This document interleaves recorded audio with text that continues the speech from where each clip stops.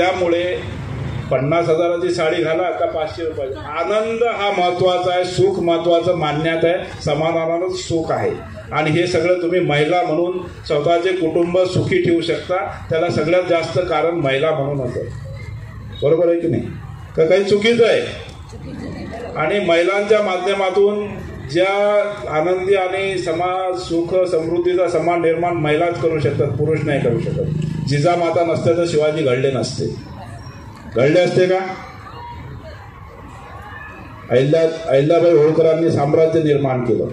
रमाबाईंनी शिक्षणाचं, सावित्रीबाईंनी शिक्षणाची, आज सावित्रीबाईमुळे तुम्ही सगळे आम्ही इथं बसलेलो आहोत. महिला म्हणून ज्या शिकता आहे, सावित्रीबाई, मुक्ता कांबळे, कितीतरी महिला आहेत. आज महिलांमुळे आपला देश स्वतंत्र एक संघ आहे की जिजामातामुळे शिवाजी महाराज घडले. शिवाजी महाराजांनंतर स्वराज्य सगळ्या गोष्टी निर्माण झाल्या. त्यांनी जर त्यावेळेस विचार केला असता की माझ्या मुलाचं कशाला हे बलिदान द्यायचं, कशाला त्याग द्यायचं, तर परंतु त्यांना चांगलं वागवलं, चांगलं स्वराज्याचं रक्षण करायला शिकवलं. त्यावेळेस खूप मोठं संकट आपल्या देशावर राहिले. तरी त्या माध्यमातून त्यांनी, तर मला एवढंच म्हणायचं आहे की महिलाच सगळं काही करू शकतात, महिलाच घर सांभाळू शकतात, महिलाच घराची शान आहे. पुरुष जर बाहेर काय करायचं करतो, तो त्याचा पैसा कमवून तुम्हाला आणून देईल, तुम्हाला सुखी ठेवण्यासाठी तो काही पण करतो. कुठलाही नवरा असो, तो त्याचं सुख पाहत नाही, काही पाहत नाही, पण तो पहिले आपल्या घराचं कुटुंब सांभाळायचा तो प्रयत्न करत असतो. तर तुम्ही तुमच्याकडून एकच अपेक्षा आहे की कुठल्याही भानगडीचा विषय जास्त वाढवायचा नाही. कायद्याने काय केस होईल हे होईल, परंतु कायद्यानं सगळ्या गोष्टी होत नाही. परंतु काही दिवसानंतर एक वय असतं, महिला असो का पुरुष असो, ते वय गेल्यानंतर कोणी कोणाला विचारत नाही. शेवटी मग आपसात तडजोड करून द्या, आता आम्ही सोबत राहतो, असे विषय आमच्याकडे 4-4 झाल्यावर 2-4-5 वर्षांनी येतात.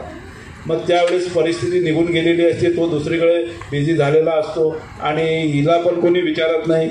मुलं चांगले असले तर ठीक आहे, आणि मुलं तुमचेच गुण घेतील ना, वडिलांचे किंवा आईचे.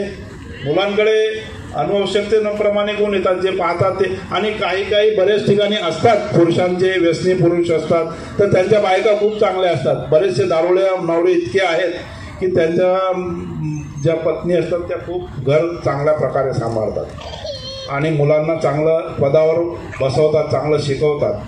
तर सगळ्यात जास्त जर समाजात जर कोणाचा जर परिणाम होत असेल बाकी गोष्टी घडायला चुकीच्या तर आणि चांगल्या, तर ते महिलांनाच त्या गोष्टी करता येतात. तर महिलांना आपलं स्वतःचं सुख सांभाळून, स्वतःचं कुटुंबाचं सांभाळून, स्वतःच्या सगळ्या गोष्टी व्यवस्थित करून एक चांगला समृद्ध आणि सुखी समाज निर्माणाची जबाबदारी सगळ्यात जास्त महिलांवर. ह्या वाद तिळगुळ माध्यमातून मॅडमनी महिलांना जागृती करण्यासाठी आता कायद्यांची माहिती देणे आवश्यक आहे. आणि आपण एक छोटासा कार्यक्रम घेऊ शकतो का? म्हटलं नक्की राही, कारण आमच्या महिला सक्षम झाल्या पाहिजे आणि त्यांना कायद्यांची माहिती मिळाली पाहिजे. ॲक्च्युली बेसिक 3 कायदे आहे आपले, मूळ 3 कायदे. मराठी समजते सर्वांना? मी मराठीत बोललं तर चालेल? ओके. तर बेसिक 3 कायदे आहे. त्यांना म्हणजे इंग्रजांच्या जे काळामध्ये कायदे बनवले गेले होते, भारतीय दंडविधान कायदा 1860, फौजदारी प्रक्रिया संहिता कायदा 1973 आणि भारतीय साक्ष पुरावा कायदा 1872 आणि फौजदारी प्रक्रिया कायदा 1973 येतो आणि भारतीय दंडविधान कायदा 1960 असा